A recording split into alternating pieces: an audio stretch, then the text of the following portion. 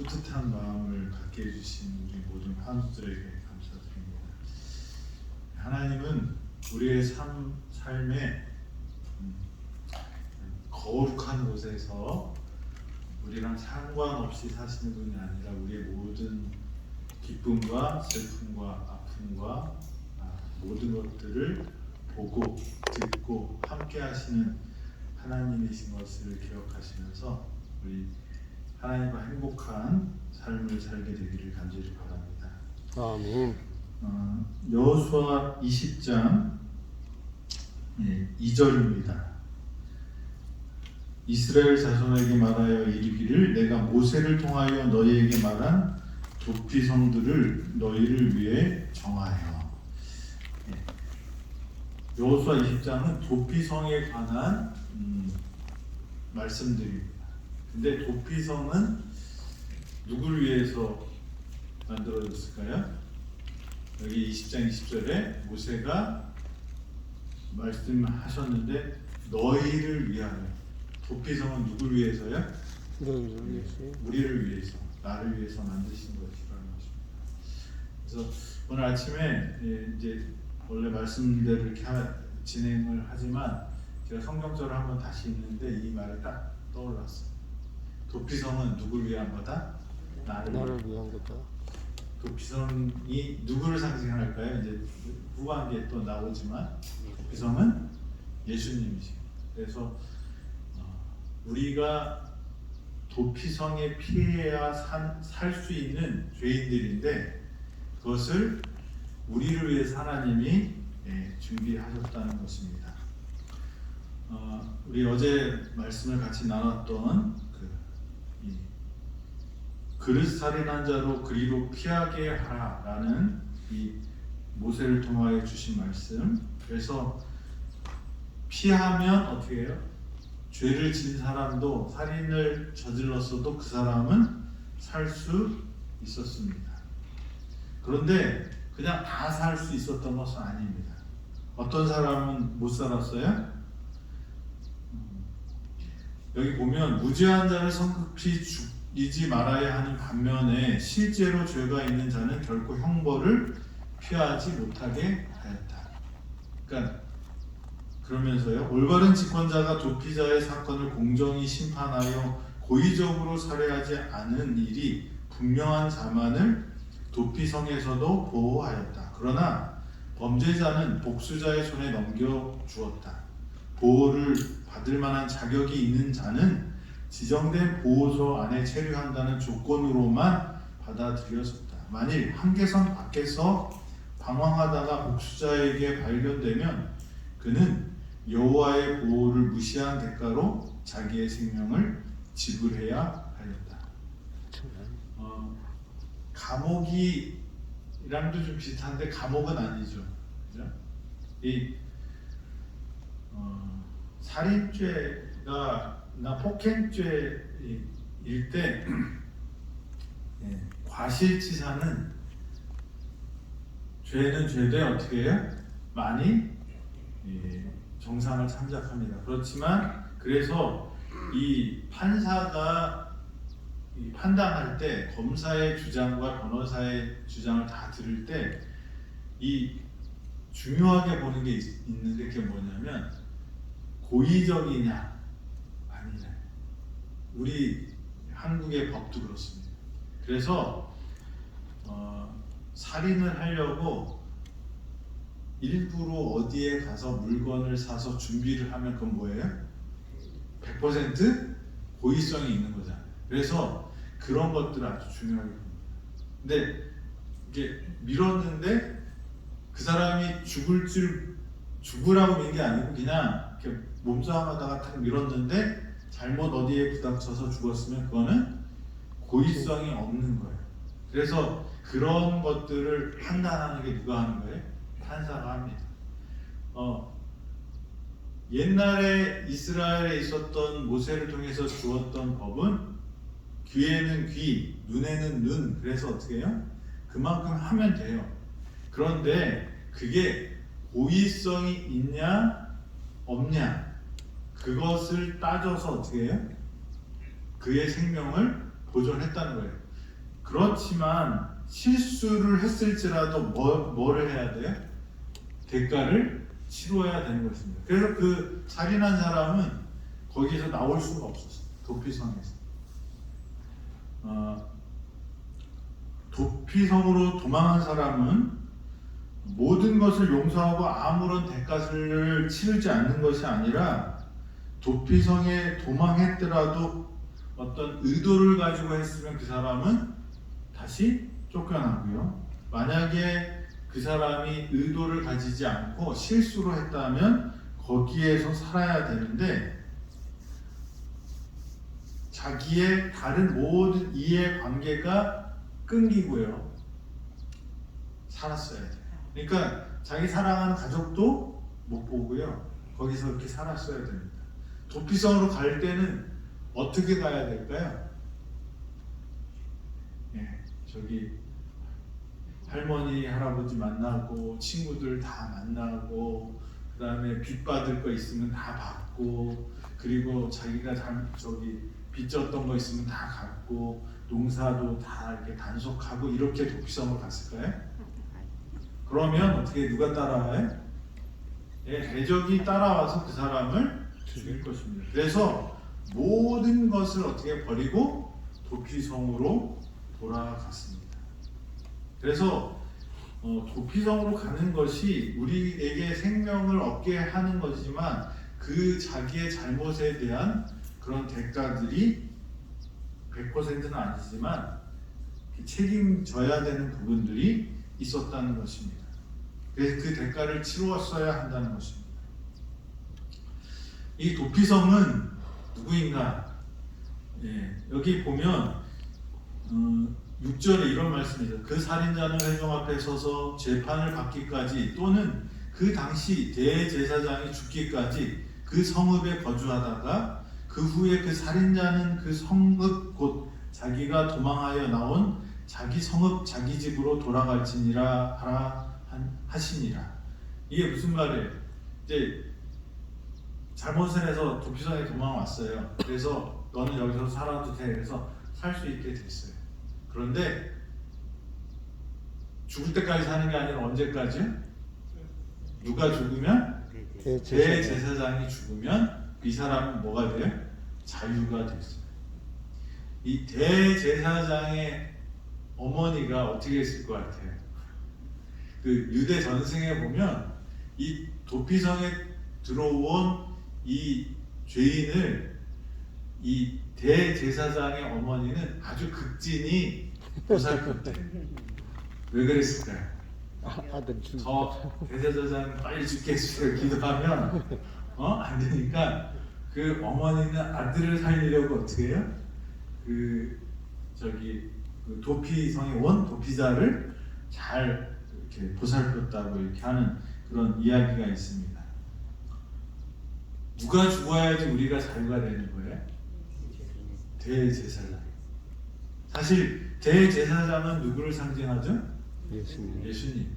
지금도 하늘 성소에서 우리의 죄를 중보하시는 분이 누구예요? 예수님. 그래서 이 도피성은 예수님을 상징해요. 저와 여러분들이 살 수 있는 길은 어디에 가서 숨어야 돼요? 도피성에 가서 숨어야 돼요. 도피성에서 또 자유함을 얻으려면 누가 죽어야 돼요?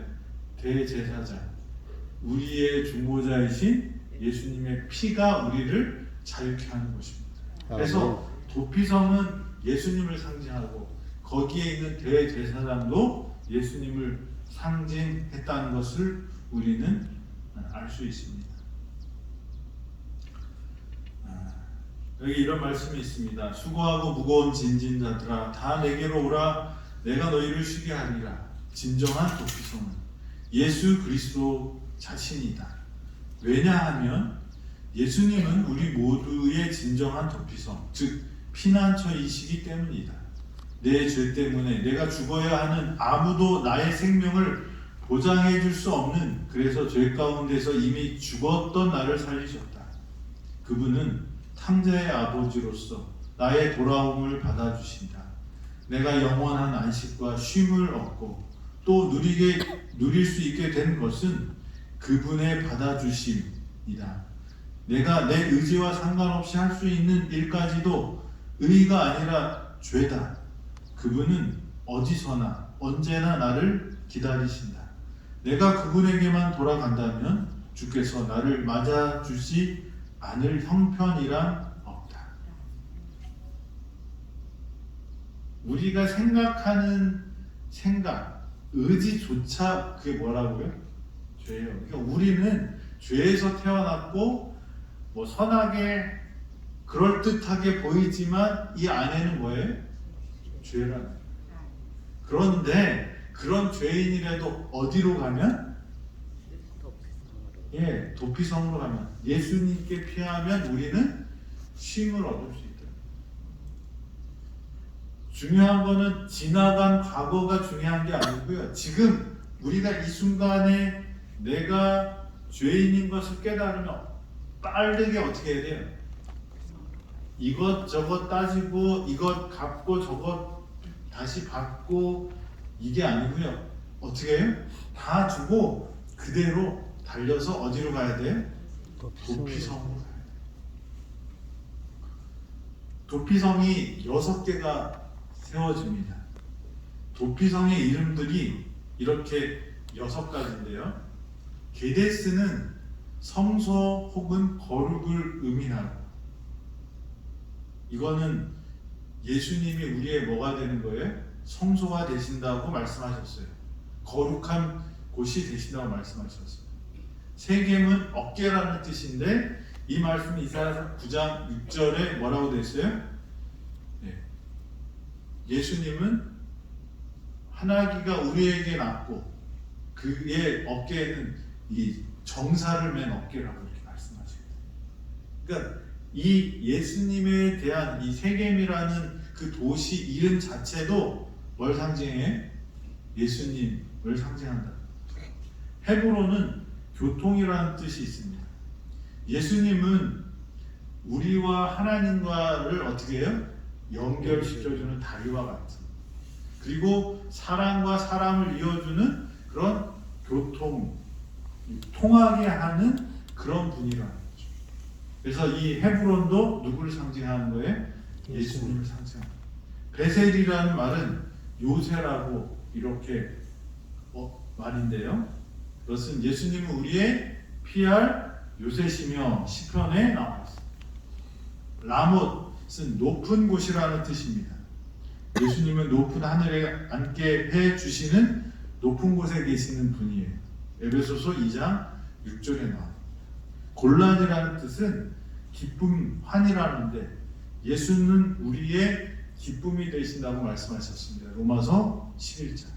그래서 이 도피성의 기능도 예수님을 상징하지만 도피성의 성의 이름들도 누구를 상징한다고요? 예수님을 상징하는 것을 볼 수 있습니다. 그래서 이게 논문으로 나왔대요. 그 다음에 이제 도피성이 어디에 있어야 되냐? 도피성은 어떤 곳에 세워지냐면요, 한나절 안에 갈 수 있는, 그러니까 이스라엘 백성들이 어디에 있든지 그 땅 안에서 하루면 자기가 열심히 가면 어디로 들어가요?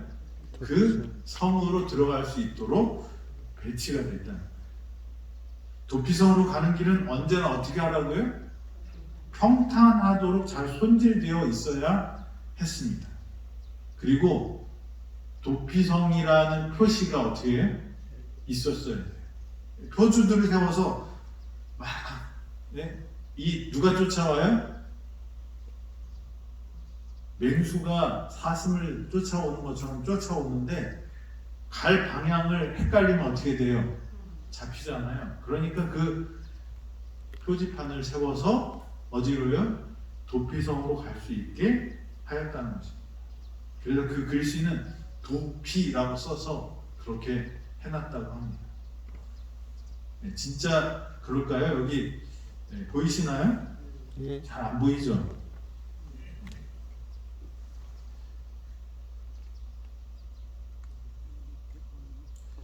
여기 보면 게데스라고 있습니다. 그죠? 게데스. 여기가 게데스고요. 여기가 골란. 전쟁이 지금도 많이 일어나고 있죠. 여기 골란. 그 다음에 여기 길리앗 라못 여기 있고요. 그 다음에 여기가 세겜. 그 다음에 여기가 헤브론. 이렇게 여기 베셀 이렇게 있습니다. 그래서 어디에 있든지 간에 달려서 하루 정도면 들어갈 수 있는 곳이 어디예요? 이 도피성이었어요. 우리가 죄를 지면, 우리가 문제가 생기면 어떻게 가야 돼요? 빨리 가야 돼요. 예수님의 부모님이 예수님을 잊어버렸어요. 그리고 며칠 찾았어요? 3일을 찾았어요. 하루 바로 찾았으면 바로 찾았을 텐데 가다가 하룻밤 하고 그 다음에 보니까 없는 거예요. 그래서 찾았어요. 그래서 우리가 하나님을 떠나서 다시 돌아가는 길이 쉽지만은 않아요. 우리가 그래서 예수님 안에서 거하면 거다 조금 잘못하면 빨리 돌아가면 해결이 되지만 그게 조금 더 멀어지고 조금 더 멀어지고 조금 더 멀어지면 어떻게 될까요?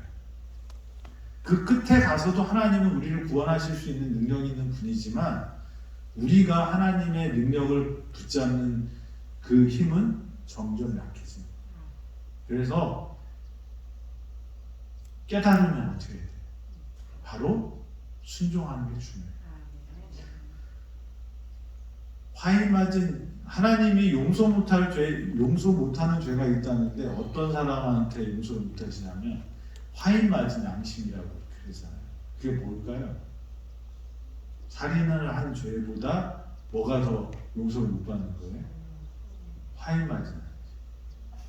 그거는 우리가 하나님의 음성, 성령의 음성을 거절하는 거예요. 한 번 거절하면 두 번째는 더 그게 딱지가 져서요. 점점 두꺼워요. 나중에는 하나님의 음성을, 하나님의 손길을 느끼지 못하게 됩니다. 하나님이 힘이 없어서 우리를 못 구원하시는 게 아니고요. 우리의 죄가 너무 커서 우리를 못 구원하시는 게 아니고요. 우리가 하나님을 붙잡을 수 없게 됩니다. 우리의 귀가 하나님의 음성을 듣지 못하게 되고 우리의 손이 하나님의 손을 붙잡을 수 없게 되고 우리의 눈이 예수 그리스도를 바라보지 않고 다른 곳을 바라보게 되기 때문에 그렇습니다. 그래서 저와 여러분들이 신앙에서 가장 중요한 것은 내가 얼만큼 착한 일을 많이 했냐 이게 아니고요. 뭐가 중요할까요? 깨달으면 하나님이 말씀하시면 성령의 인도하심을 느끼면 어떻게 해요? 반응해요. 순종해야 돼요. 그것이 가장 중요해요. 빛을 비춰주시는 대로 가는 것이 우리가 하나님의 은혜를 받을 수 있는 그런 길이라는 것입니다. 그래서 저와 우리들은 어디에 있든지 하루 만에 가야 돼요. 이 도피성의 위치를 다 이렇게 동그라미로 이렇게 쳐봤더니 32km 정도 돼요. 제일 먼. 그러면 심리가 몇 킬로죠? 4km죠. 그러면 32km 정도 되면 어떻게 돼요? 네. 8시간만 천천히 걸어가도 하루에 돌아가요. 뛰어가면 더 빨리 갈 수 있죠. 그래서 하나님께서는 도피성 가는 길을 이렇게 만들고 가는 그 거리도 이렇게 세워 두셨다는 것은 우리가 속히 하나님의 음성에 반응하는 우리가 되기를 간절히 바라셨기 때문이라고 생각이 됩니다. 그 다음에 이 도피성을 사용할 수 있는 사람은 특별한 자격이 있었나 없었나 그겁니다. 도피성은 누구나 갈 수 있었다는 거예요. 히브리인이나 이방인이나 우고하는 자들이나 누구든지 이 도피성을 이용할 수 있었다. 그러나 무죄한 자를 성급히 죽이지 말아야 하는 반면에 실제로 죄가 있는 자는 결코 형벌을 피하지 못하게 하였다. 여기 여호수아 20장 9절에 보면 이렇게 말씀하십니다. 이스라엘 모든 자손과 그들 중에 거류하는 거류민을 위하여 선정된 성읍들로서 누구든지 부지 중에 살인한 자가 그리로 도망하여 그가 회중 앞에 설 때까지 피해 보복자의 손에 죽지 아니하게 하기 위함이라. 도피성은 누구를 위해서요? 나를 위해서 만드셨는데 그 나가 이스라엘 백성들만 아니고 이방인들도 그렇고요. 거기에 사는 모든 사람들을 보호하는 뭐였어요? 성이 도피성이었어요.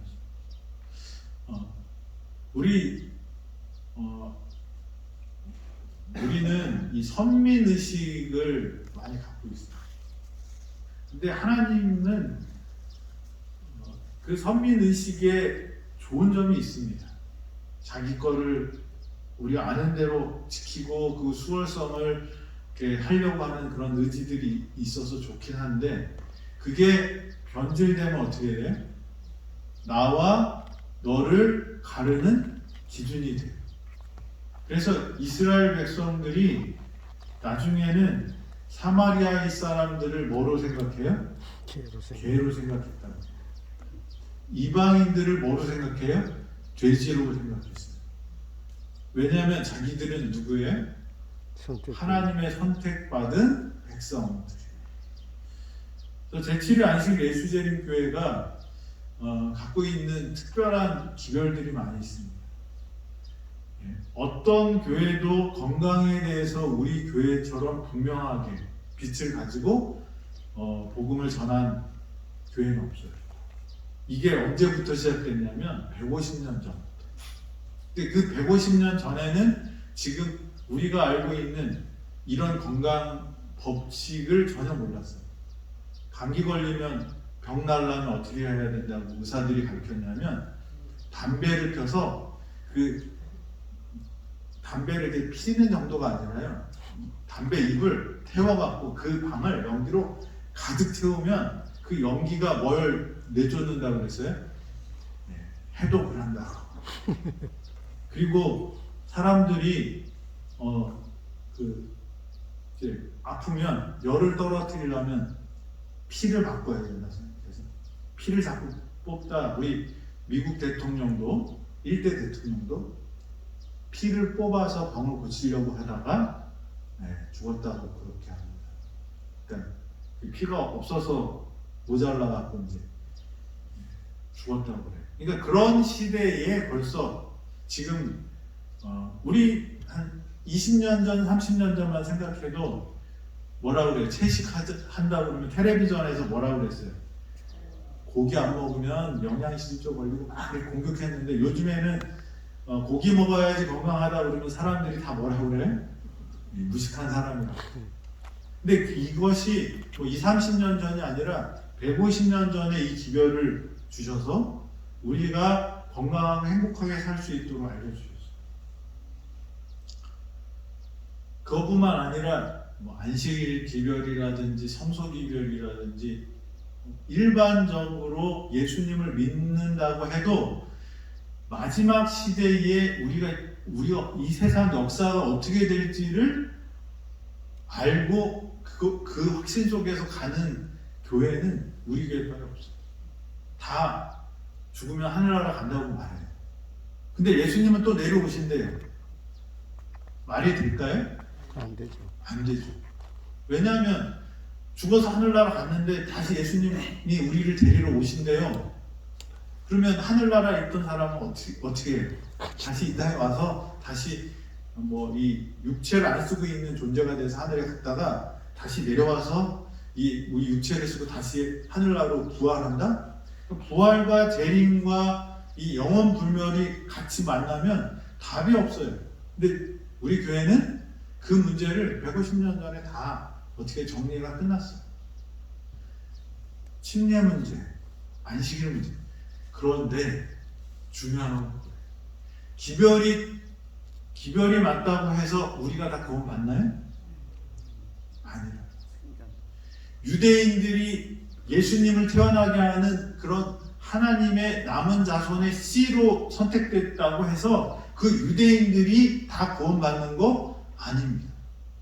유대인들이 그의 사명들을 놓쳤을 때 어떻게 됐어요? 그들은 저주받은 민족이 될 수밖에 없게 되는 거예요. 제7회 안식 예수재림 교인이라고 하면서 그거 다 좋아. 그래 맞아. 우리는 달라. 여기에서 멈추면 우리는 누구랑 똑같이 되는 거예요? 바리새인들이나 유대인들이 같이 돼요.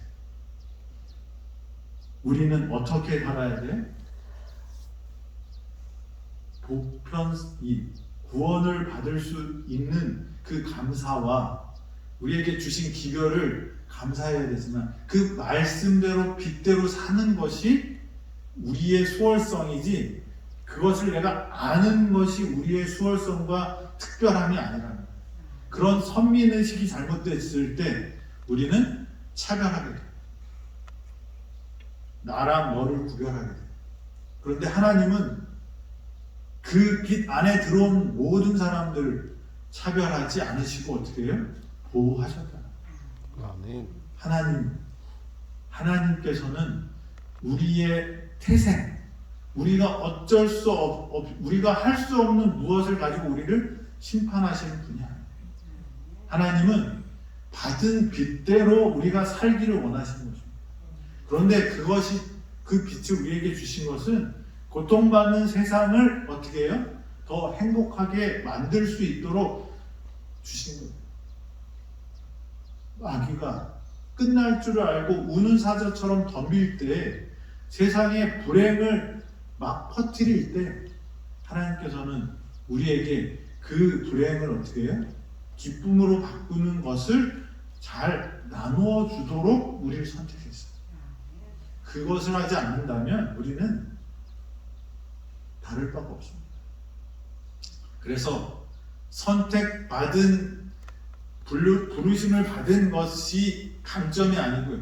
부르심을 받은 대로 사는 것이 우리의 자랑이 되어야 돼요.